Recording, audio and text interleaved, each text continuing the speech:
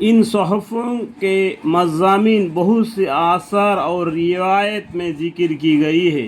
ایک حدیث میں ہے کہ حضرت ابو ذر رضی اللہ عنہ نے حضور اقدس صلی اللہ علیہ وسلم سے دریافت کیا کہ کل کتابیں کتنے نازل ہوئے؟ حضور اقدس صلی اللہ علیہ وسلم نے فرمایا کہ 100 صحفیں اور 4 کتابیں۔ قرآن کے اندر میں وہی ذکر ہے، وہی علم ہم کو اور پیغمبر صلی اللہ علیہ وسلم کو دیا گیا۔ اسے کیا حضور اقدس صلی اللہ علیہ وسلم نے جواب بھی یہی دیا کہ فرمایا کہ حضور اقدس صلی اللہ علیہ وسلم نے فرمایا کہ 100 صحفیں اور 4 کتابیں۔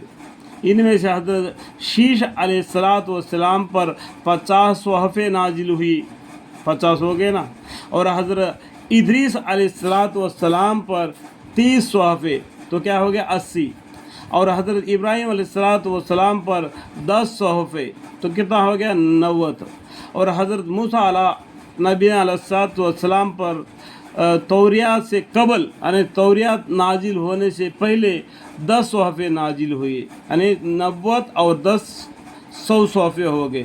اس کے بعد میں موسیٰ علیہ السلام پر توریات نازل ہوگی، داؤد علیہ السلام پر زبور نازل ہوگی، عیسیٰ علیہ السلام پر انجیل نازل ہوگی، محمد مصطفیٰ صلی اللہ علیہ وسلم پر قرآن نازل ہوگی۔ 4 کتابیں ہیں نا، توریات حضرت موسیٰ علیہ السلام پر، اور انجیل حضرت عیسیٰ علیہ السلام پر، زبور حضرت داؤد علیہ السلام پر، قرآن سید علی رسول حضرت محمد مصطفیٰ صلی اللہ علیہ وسلم پر نازل ہوئی ہے۔ میں نے عرض کیا یا رسول اللہ، حضرت ابراہیم علیہ السلام کے صحف میں کیا تھا؟ حضور اقدس صلی اللہ علیہ وسلم نے ارشاد فرمایا کہ سب مثالیں تنبیہات تھی، سب مثال تھے، تنبیہات تھی، مثال کے طور پر مثالیں بتانا اور ڈرانا تنبیہات تھی۔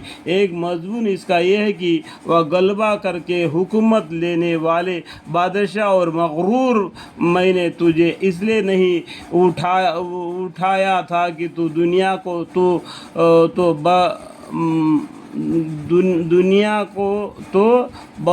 جمع کرتا رہے، میں نے تجھے اس لیے ابھارا تھا کہ تو مظلوموں کی آواز کو مجھ تک نہ آنے دے بادشاہوں کے لیے، جیسا کہ ابراہیم علیہ السلام کے صحفوں میں کیا ہے کر کے وہ صحابی نے پیغمبر صلی اللہ علیہ وسلم سے درخواست کیا کہ اللہ تعالیٰ نے جو حکومت کرتے، جو بادشاہت کرتے، اس کو اس لیے نہیں ابھارا کہ مظلوموں کے بددعا اللہ تک پہنچے، اللہ تک پہنچانی چاہیے، یعنی بالکل انصاف کے ساتھ وہ بادشاہت کرنا چاہیے، مظلوموں کے اوپر دباؤ نہیں ڈالنا چاہیے۔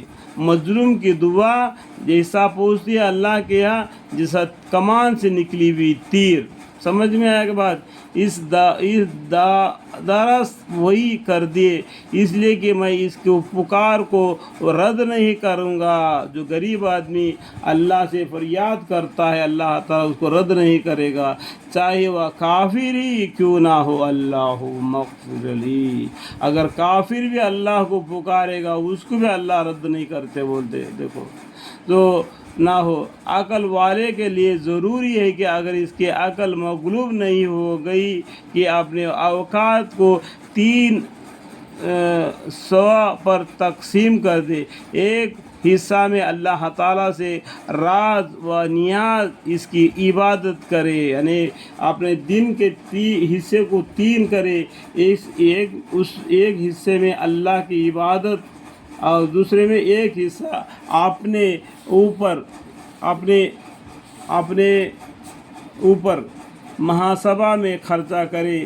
میں نے کیا کتنے اوقات نیکیاں کمانے میں خرچہ کیے، کتنے برائیاں اور گناہ کمانے میں، اور ان اوقات میں کیا نیک کام کیے اور کیا برے کام کیے، نیکیوں کس درجے کی کیا، میں گناہ کس درجے کی کیا، اور کتنے اوقات محض بیکار ضائع کر دیتے، اور ایک حصہ اپنی جائز ضروریات کھانے کمانے میں خرچہ کرے۔ سمجھ میں آیا بات؟ تو اپنا زندگی کو 3 حصے کر لینا، اور ایک حصہ اللہ کے راستے میں، ایک حصہ اپنے لیے، اور اس میں بھی سوچنا میں ذخیرہ کے طور پر آگے کیا بھیج دیا اور پیچھے چھوڑ دیا دنیا میں۔ اور تیسرا حصہ اپنے بیوی بچوں کو پالنے کے لیے، روزی روٹی کمانے کے لیے، تاکہ ایک حصہ اوقات کے پہلے 2 حصوں کے لیے مددگار بنے، اور دل جمع کا اور پہلے دونوں کاموں کے لیے اوقات کا فراغ کرنے کا سبب ہے۔ اور عقل کے لیے ضروری ہے کہ اپنے اوقات کا محافظ ہو، اپنی مشاغل میں متوجہ رہے، اپنی زبان کی حفاظت کرے۔ زبان کو حفاظت کرنا یعنی منہ سے نکلی ہوئی بات، ہاتھ سے پھینکا ہوا پتھر دوبارہ واپس نہیں آتا۔ سمجھ میں آ گیا؟ جو شخص اپنی بات کی نگہبانی کرے گا، اپنی بات کی نگہبانی کرے گا، بیکار باتوں میں گفتگو کم کرے گا، اور عقل کے ذمہ ضروری ہے کہ 3 باتوں کا طالب رہے: ایک اپنی گزرا اوقات یعنی معاشی اصلاح کی، دوسری آخرت کا توشہ، تیسری جائز راحتیں، کھانا پینا سونا وغیرہ۔ ان تینوں کے علاوہ جس چیز میں بھی وقت ضائع کیا جائے محض بیکار اور لغو ہے۔ اللہم اغفر لی۔